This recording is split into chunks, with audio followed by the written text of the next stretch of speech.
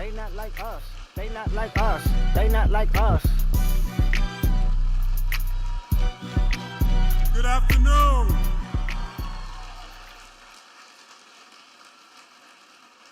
Good afternoon, NAACP.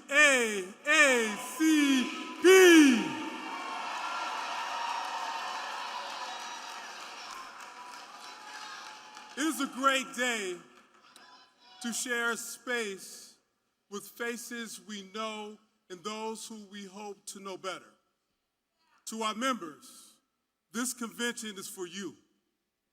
From Arkansas to Alaska, the NAACP runs on people power because Black Americans know that our community is what carries us forward. To our friends at the National Bar Association, thank you for your decades of partnership and advocacy on behalf of the Black community in courthouses throughout the country. And to the members of the CBC, the conscience of the Congress. Your leadership, your voice, your advocacy, your understanding of how public policy must improve the quality of life for African Americans, let me correct that, for Americans across the country has propelled this nation forward in perfecting democracy. 4 years ago, the world was forced to bear witness to a reality that may have been new to them, but was all too familiar to us. The death of George Floyd was a tragedy that is all too familiar to the countless others that have ripped apart Black families, communities across the country. George Floyd was not the first. And if we don't get police reform, it will not be the last, I'm sad to say. While the world reckoned with the reality of racism because many of them woke up one day and realized racism actually existed, although it often manifested itself in the form of unspeakable violence against Black people, whether it was Emmett Till or the church bombing of the 4 little girls in Birmingham and countless other stories. This time, some said they were prepared to change course. Some made empty promises, but the NAACP and legal advocates like Ben Crump, we took action. In 2020, our community worked together to empower one another, reminding each other that we have the ability to determine our destiny. The Black vote made a difference in 2020. And determined our destiny, we did, casting deciding ballots in the national, local, and state elections 4 years later. And there is much that has been accomplished by and for our community. But the history of this nation has taught us that not everyone shares the same investment in a progressive vision. For some, the notion of progress is seen as a threat to the imbalance of power that has allowed them to prosper while others are left in peril. The rejection of collective advancement and achievement has created division, pitting community against community, breeding extremist ideologies that leaves no room for compromise or conversation. After the abolishment of slavery, it was Jim Crow. After the Civil Rights Act, it was the war on drugs. After the election of the first Black president, it was Make America Great Again. And now, after the racial reckoning that a Black man lost his life, that all of us seen on social media platforms, on cable news, on broadcast news, the response is Project 2025. Over the past 4 years, we've worked to make education more equitable and accessible while widening the opportunity to increase economic output through organizing, advancing, and working with the current administration to cancel over $160 billion in student debt. Teachers, for the first time, qualifying for home ownership or increasing the quality of the housing stock that they are able to get for their families. However, Project 2025 not only seeks to revert that progress, but to dismantle the Department of Education that provides a pathway to opportunity for all Americans. But the planned assault on education does not stop there. Project 2025 seeks to return back the rights to states. For those of us who live in the South, we know when the dog whistle of state rights, what it truly means. And they're seeking through this states' rights approach to gut Title I, which would lead to the divestment of our public schools, hitting our community hardest. What would this nation be without a public education system for all children, providing quality education? And to those who have yet to see book bans in their states, Project 2025 plans to enact those bans nationwide. This is not a fictional concept. This is a 900-page manifesto that seeks to undermine progress, promote violence, inflict harm on our community. But they must know that in NAACP, we will be here for that fight. This election is not about candidate A versus candidate B or political party A or political party B. We are nonpartisan, but we are political as hell. And we know that this is a fight we must take on. So when people try to give you these false narratives or distract you, let's stay focused not on the people, but the policy priorities they represent, and vote for those who align themselves with what's in the best interest of our communities. And I can assure you, if you do that, it's in the best interest of America.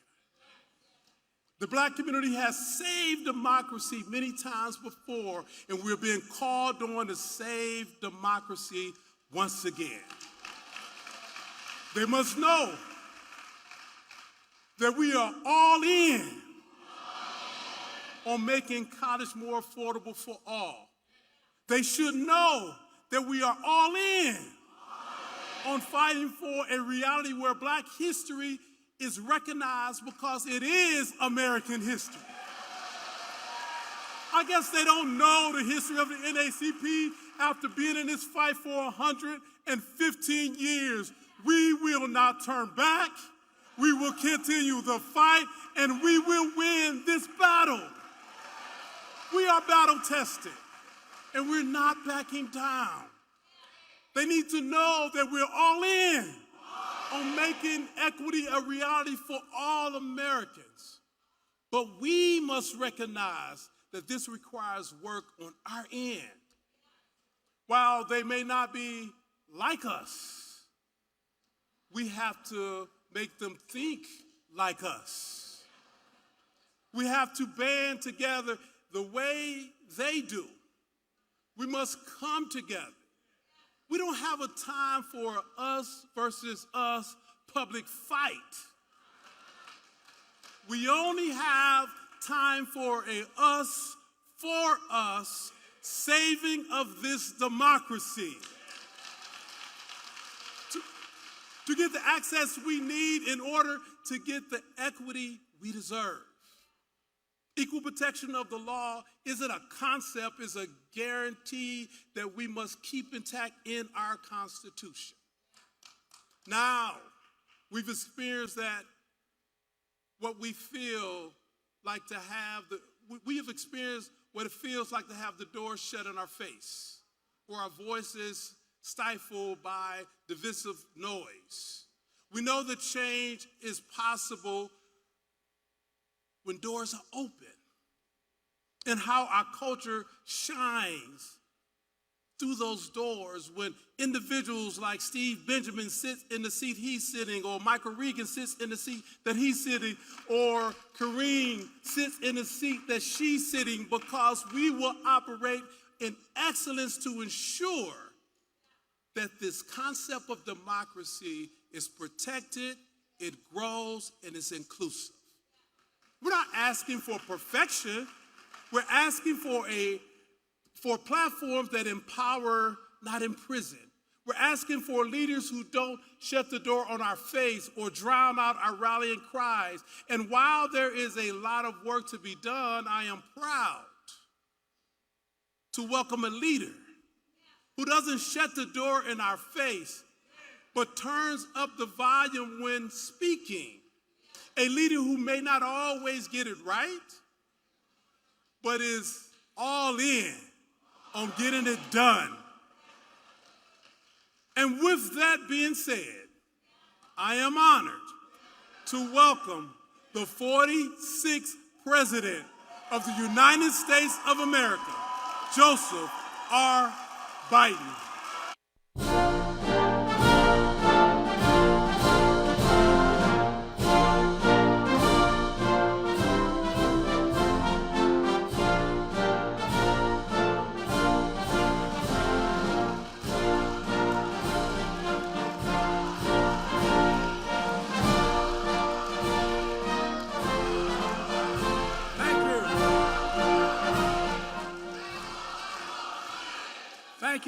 Thank you. Folks, my name's Joe Biden, and I'm a lifetime member of the NAACP. And I am all in. My word, I am all in. President Johnson, thanks for the introduction and for your leadership, most of all for your friendship. And thanks to all the thousands of members of across America that are here. One of the most important organizations in our country. And a special thanks, I mean it sincerely, to the members of Congress who are here, including Nevada's own Stephen Horsford, chair of the Congressional Black Caucus. I don't know where he is, but I know he's out there. As so many members of the CBC members defending freedom, like Benny Thompson of Mississippi, chair of January 6th Committee. And the best friend anyone can have, Jim Clyburn of South Carolina.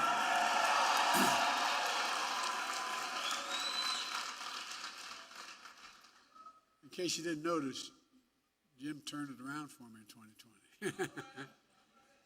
Look, in June of 1947, Harry Truman became the first president to speak at this convention. And he was remembered for a lot of things. With the help of the NAACP, he desegregated the military. He laid the groundwork for the civil rights agenda. And he built upon President Kennedy by that. President Johnson, who signed the Civil Rights Act of '64, 60 years ago. Harry Truman was president, who was often counted out, but he was also known for something else. The story goes, Truman said, if you want a friend in Washington, get a dog. Well, guess what? After the last couple of weeks, I know what he means. But that's why it's so good to have real friends. I'm not being solicitous. I have real friends. So many of you have had my back, and I think I've had yours as well. And I will never forget it. Got a couple Delaware folks here still. And one of my best friends, when I was a lifeguard in the projects, he was, his nickname is Mouse. Mousy, there you are, pal. End up running longshoreman and loyal as hell. I'm truly honored to be here, to meet at this tense moment in this country, and it is a tense moment. just a few days after the assassination attempt on Donald Trump. We're grateful he was not seriously injured. We continue to pray for him and his family. It's time for an important conversation in this country. Our politics has gotten too heated. I've said in the Oval Office on Sunday night, as I made clear throughout my presidency, we all have a responsibility to lower the temperature and condemn violence in any form. You've got to remember, in America, we're not enemies, we're friends, we're neighbors, we're fellow Americans. Most importantly, we must fully and firmly reject not only political violence, but violence of any kind, period, no exceptions. We have to say with one voice that violence is not the answer. That's what we should rally around as a nation. That's the unity I'm talking about. Few organizations know that better than the NAACP. For the race riots in Springfield, Illinois in 1908, the NAACP was formed. That's what started it. You know the pain and the price of violence. You understand if you're going to talk about standing against violence, you must stand against all violence. We must stand against violence perpetrated against presidential candidates in Pennsylvania. We must stand against all violence. The violence perpetrated against George Floyd in Minnesota. Against black veterans like police officers Eugene Goodman on January 6th. And black election workers like Ruby Freeman and Shane Moss in Atlanta. We have to stand against the violence and intimidation of white supremacy that murdered innocent lives in that grocery store in Buffalo, New York when I went up there. Mother Emanuel Church in Charleston, South Carolina. We stand against the violence that murdered children in Sandy Hook and Uvalde. Concert goers in Las Vegas. Innocents on the street all across America that never make the news.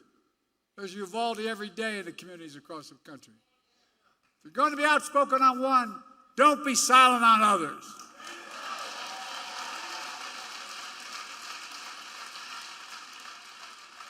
If we're going to speak about violence, we're going to speak about guns. More children in America die of a gunshot wound than any other reason. That's stunning and that is sick.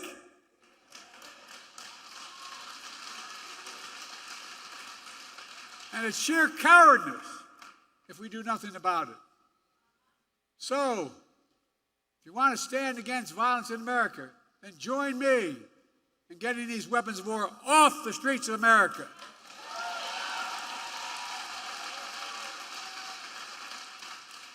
An AR-15 was used in the shooting of Donald Trump, just as it was an assault weapon that killed so many others, including children. It's time to outlaw them. I did it once and I will do it again.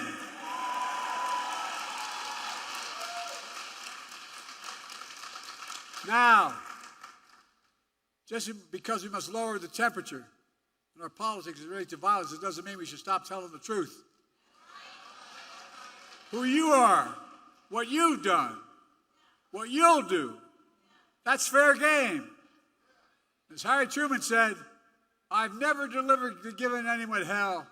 I just told the truth and they thought it was hell. That's what I'm going to do. Well, here's the truth about why Donald Trump's presidency was hell for black America. He tried to repeal Obamacare to kick millions, I mean millions of black Americans off their health insurance. He had a $2 trillion tax cut that overwhelmingly benefited the super wealthy, the biggest corporations, and exploded the federal debt larger than any one president has in one term. He left no room for us to do what we should be doing, invest in things that affect people's lives, like child care, elder care, and so much more that grow the economy and help people. His mismanagement of the pandemic was especially devastating to black communities. Oh, I know, because in other countries, other communities of color.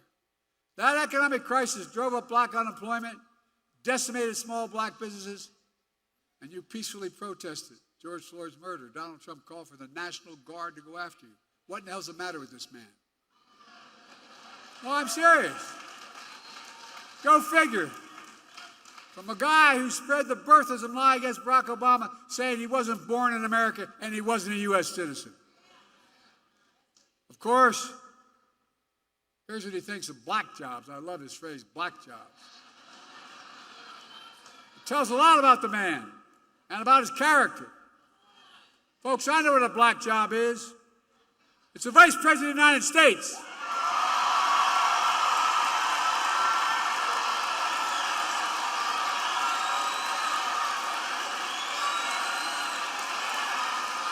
I know what a black job is.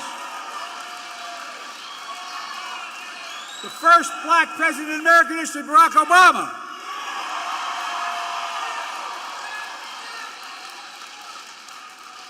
I was vice president to Barack,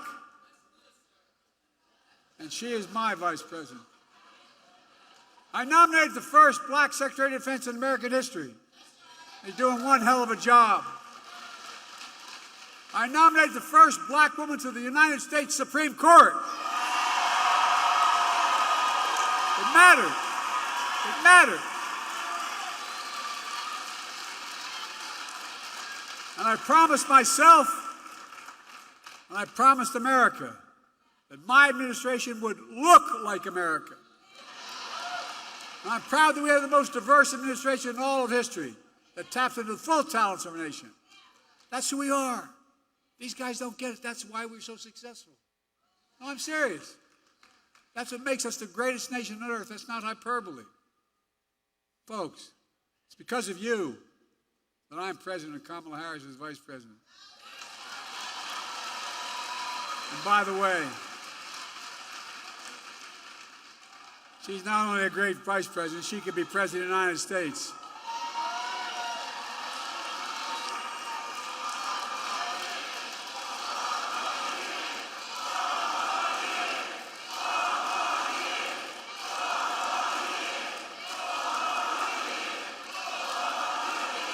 Thank you. With the help of the NAACP, the black elected members in the Congress, we've gotten so much done. Seriously. Presidential historian said we've gotten more done of consequence than any president since Franklin Roosevelt. Just think about where the black community was when I came into office. Think about how far the black community has come. But we still got a long way to go. COVID no longer controls our lives. Our economy is not figuratively, literally, the strongest economy in the world. Historic low black unemployment. Record growth in black small businesses. Let me say this again, because Trump is lying like hell about it. The black unemployment hit a record low under Biden-Harris administration.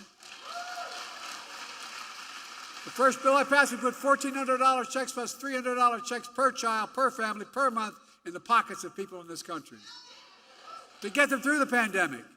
Not Trump's administration. Kamala and I did that. We put more money in the pockets of than anyone. We cut black, and as a consequence, we cut black child poverty in half. And what we're finally getting through to people, my economic policy grows the economy when we spend money.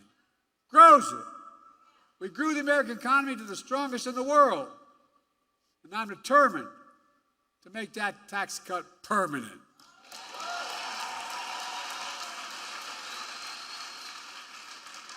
No child should ever go hungry in America. And by the way, all the data shows they can't let them tell us we drive up deficits. They drive up deficits, folks. When you have child care, guess what? Mom or dad can work. And the child can be safe. We're connecting black neighborhoods that were cut off with old highways and disinvestment decades ago. My city, Wilmington, Delaware. I-95 runs up through what used to be the black community, divided it. 6 lanes wide. We're going to make sure that the states want it. We're going to be able to pave over at the top of that and still have the highway. Connecting neighborhoods. We're removing, which is costly, every poisonous lead pipe in a house in America so every child can drink clean water. without fear of brain damage. We're delivering high-speed and affordable broadband. No child should have to sit out in the parking lot with their moms in front of a McDonald's so they can get online to do their homework. And because of you, we're not only protecting Obamacare, you allowed me to increase it, making health care more affordable. We're putting, and by the way, more than it's ever been, millions of African Americans now have health care because of what we've done. We're putting home ownership within reach. How do you generate generational wealth, no matter what community you're from? I know how we did it when everything got stuck in Scranton and we no jobs. Moved to Delaware. Dad worked like hell to get down payment to buy a small house. That's how you build equity. As small as a 3-bedroom split-level home with 4 kids and a grandpa living with us. But it was a home, and he was able to build some equity.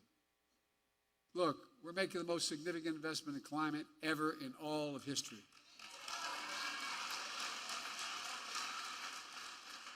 Including most significant action on environmental justice ever. Look, folks, think about this. My state of Delaware, if you know, not many don't know my state. My state of Delaware has a Delaware River runs up along, it's jagged. But at the top of the state, there's a half moon. And it goes up along more oil refineries on the other side of that half moon in Marcus-looking areas than anywhere in the country, including Houston. And guess what? The wind blows southeast. We had the highest cancer rate for the longest time. But you know who's affected? Fence line communities. And you know who the fence line communities are? Black communities. And I promised, as we make this legislation work, we're going to take care of those communities first. First. I mean it.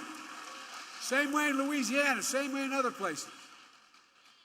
Look, we've received student debt for more than 4 million borrowers. A significant amount are black borrowers.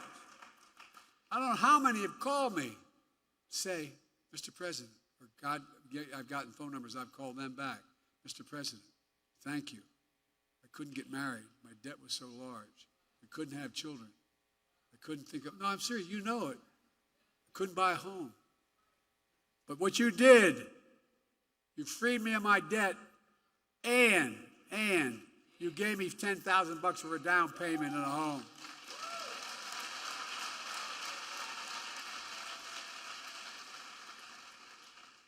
And this project, 2024, 2025, Trump's deal, you know, he talks about education.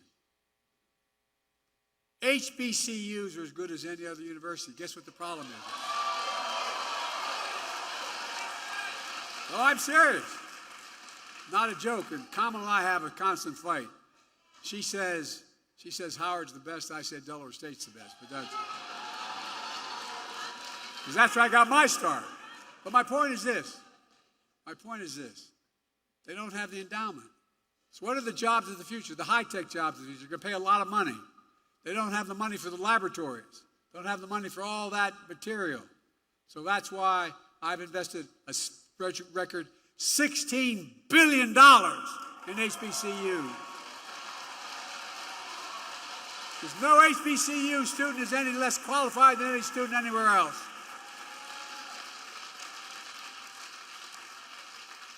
And by the way, we're making sure that no one goes to jail for the mere use or possession of marijuana. The record should be expunged. It holds them back. All told, because of you, the NAACP, we're making the most significant investments in Black America ever in all of history. We're seeing the results. The racial wealth gap is the lowest it's been in 20 years. Inflation is down in 3 years and coming down further, and we're going to have, as they say, a soft landing. Folks, you're going to see us grow faster and faster. That's not just my view. It's the view of 16 Nobel Prize-winning economists who put out a statement looking at my economic plan and Trump's.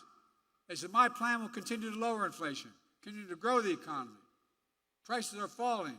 for cars, appliances, and groceries. We're going to keep corporate greed at bay. But here's the thing, what I said about Trump.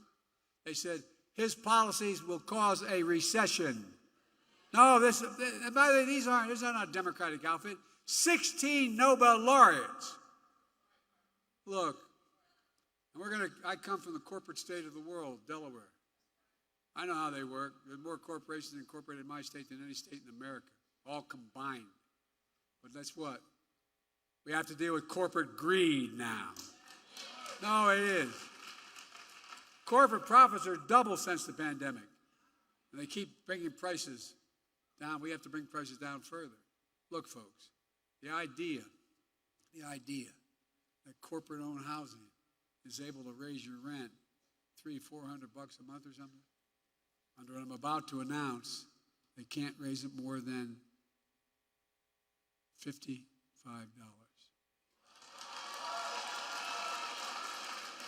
That debate is taking place. The bottom line is we're just getting started. Well, no, it's not enough to talk about the past. We need a vision for the future. Here's my plan for the first 100 days of the second term. Kamala and I are calling on Congress to pass the John Lewis Voting Rights Act.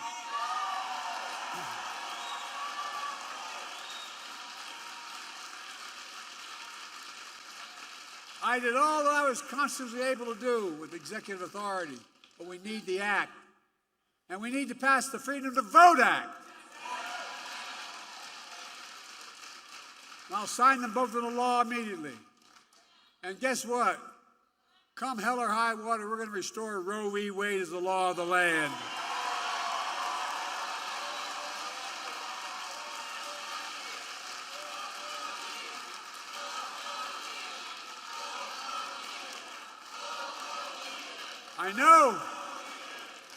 I know you say, Joe, you may not have a Congress. Well, guess what? You all told me I couldn't pass the Inflation Reduction Act. You all told me I couldn't face it. Anyway, we did it with your help. Republicans blocked police reform in Congress. So I signed a historic executive order on police reform. I'm going to come back and we'll sign George Floyd and Policing Act into law, come hell or high water.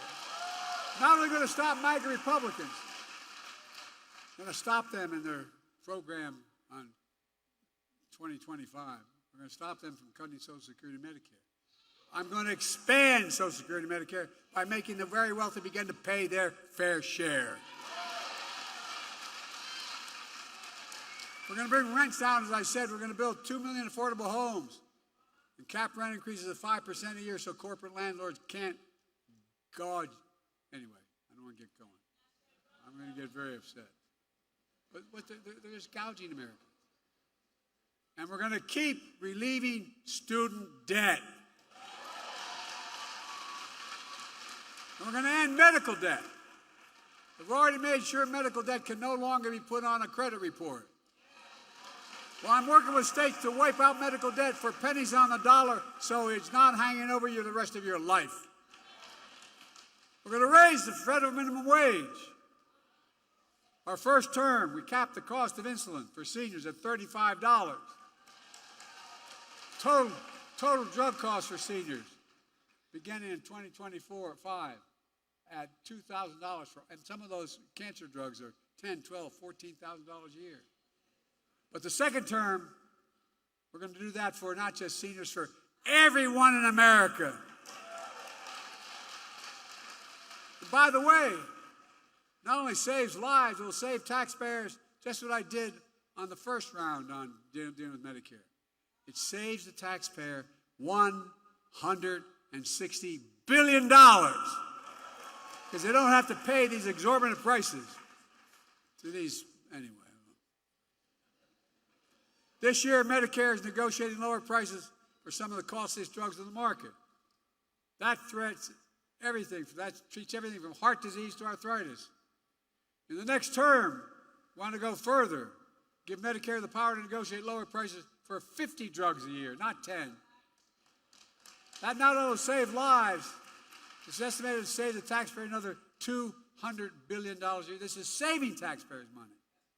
And by the way, if you notice, all the stuff they said, big spend in Biden, We have lowered the deficit, not raised it. We've increased economic growth. Folks, here's what else I'm determined to do. I'm determined to end Trump's tax cuts for the very wealthy and big corporations and make the tax code fair and ease the burden on working people. I kept my commitment that no one making less than $400,000, I never saw in my life till I got elected president, will pay a penny more in federal taxes. But here's the deal. We have in America, since the pandemic, 1,000 billionaires. 1,000. You know how much in federal tax they pay? 8.2%. That's their federal tax, 8.2%. We're going to make billionaires pay a minimum of 25%, which is low.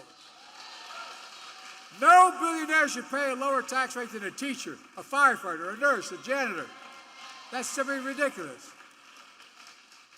And when we do that, that alone will generate $500 billion in revenue over the next 10 years, allowing us to lower costs for families and save the government money.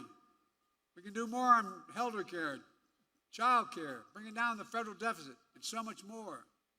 This is not rocket science, folks. But they've convinced us that any spending of money is costly. It's saving money. By God's truth, it's saving money. And it's vitally important. You know, the next president of the United States could appoint 2 or more justices to the Supreme Court. Just imagine. I know the stakes. Folks, my vision for the future will continue to be all about working people in this nation. And my whole career, and go back and look at it, I've not been perfect by any stretch of the imagination, but a simple proposition, the family I come from, the neighborhood I come from. Everybody deserves a shot, just a shot, no guarantee. Give hate no safe harbor. Leave no one behind. That's a stark contrast to my predecessor and the mega officials. They'll do everything, undo everything the NAACP stands for. But now they're trying to deny it. They're lying about their Project 2025. They want to deny you freedom, the freedom to vote, have your vote counted. They'd impose a nationwide ban on abortion. This new vice president, if you ever have any doubt, man, just take a look at what he's been saying. They want to prosecute political enemies. They want to cut Social Security and Medicare, rip away protection from millions of pre-existing conditions, over 400 million people.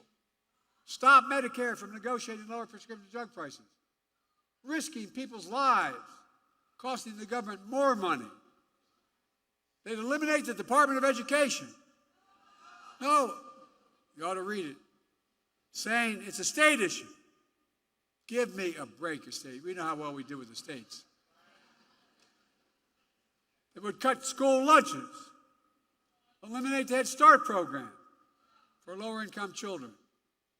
They allow employees to stop paying overtime, employers to stop paying, catch this one, to stop paying overtime to hourly workers.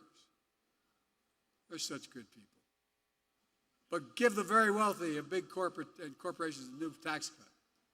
They've already eviscerated affirmative action. They'd also decimate diversity, equity, and inclusion all across American life. We're already trying to do it by banning books. We're trying to erase black history. Black history is American history.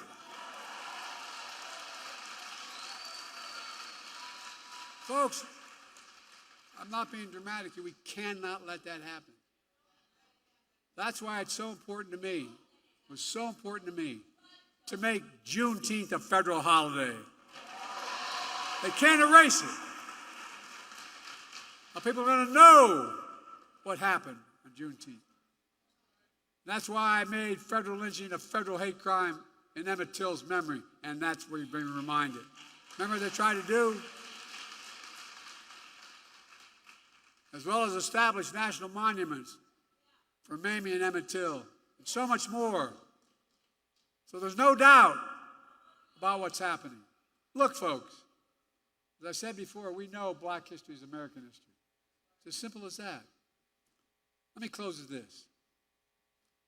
The Psalm tells us, I've been young and now I'm old. Yet I have not seen the righteous forsaken. I have not seen the righteous forsaken. And I will not see the righteous forsaken. Hopefully, with age, I've demonstrated a little bit of wisdom. Here's what I do know. I know how to tell the truth. I know right from wrong. I know how to do this job. And I know the good Lord hasn't brought us this far to leave us now. There's more work to do. This is the moment to be engaged. The work what you're doing to recruit hundreds of thousands of volunteers, move millions of people to make their voices heard, may well determine America's future for decades to come. And folks, that's important. We must all be defenders for freedom, justice, equality, and the bedrock of democracy. And there's been no more important voice in that truth than the voices of the black community. I mean it. And when Americans fail to live up to what we say we believe, you don't give up hope, nor do I. We've always loved this country, even when it has not loved us back. We worked hard as hell. Just think about it. Our children, your children, grandchildren. Ask yourself, what America do you want to leave them? My answer is an America of hope, fairness, opportunity, possibilities. Look, I spent more time with Xi Jinping of China than any other world leader has. I was with him in China on the steps of the mountains. And he looked at me and he said, can you define America for me? It's God's truth. And I said, it's recorded. I said, yes, in one word, America. Possibilities. Nothing is beyond our capacity. America, where it's full of promises available to everybody. America, where racism and violence are no longer the ghost that have too long haunted the nation. Folks, this is about you and your families and everything the NAACP has stood for generations. Freedom, democracy, America.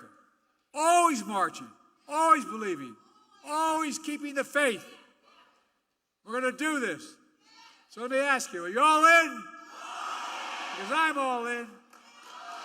We just have to remember who we are. We are the United States of America, and there's nothing beyond our capacity when we do it together. And let's stay together. God bless you all, and may God protect our truth.